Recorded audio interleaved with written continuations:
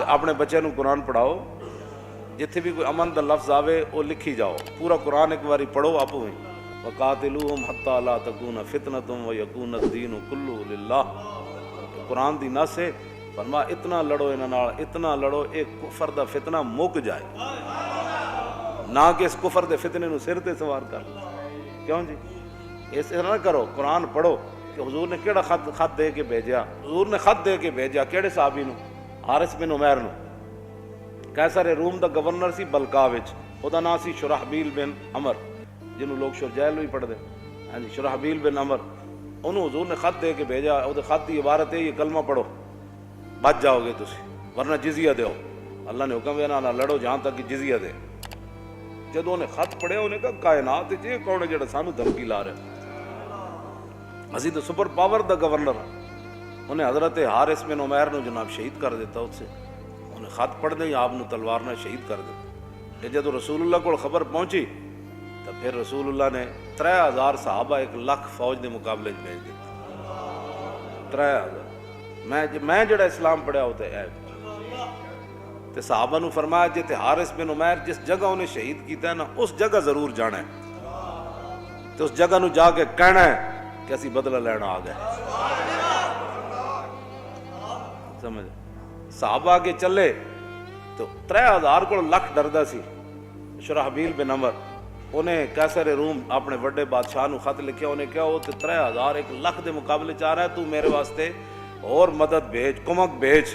انہیں 2,00,000 فوج اور بھیج دیتی، تے 3 ہو گئی، تے بندے 3000۔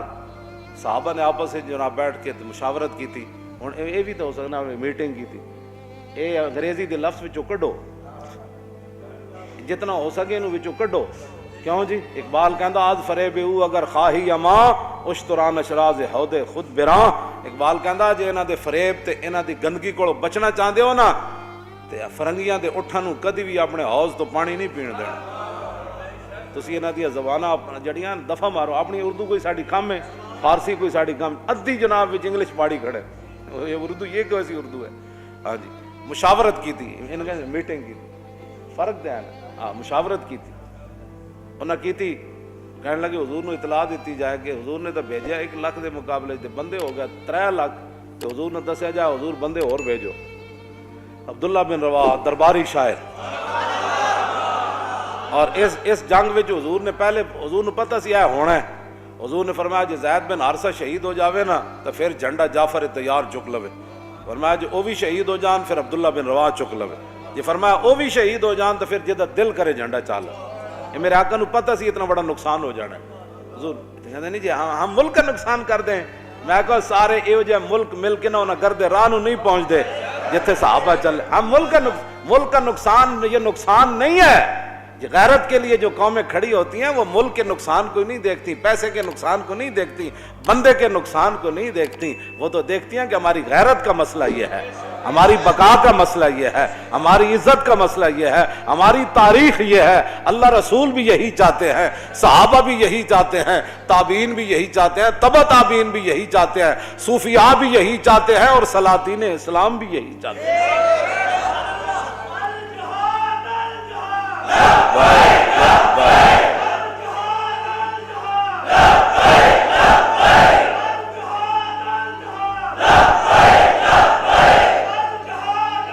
توجہ بھائی توجہ،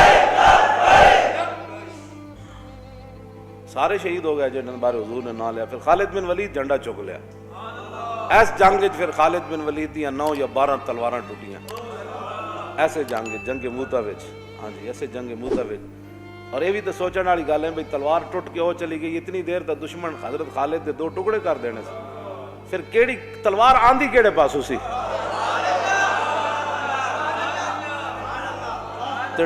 ٹوٹدے نال ہی خالد دے ہاتھ چوں کیویں مضبوط ہو کے کھڑی جاندی سی۔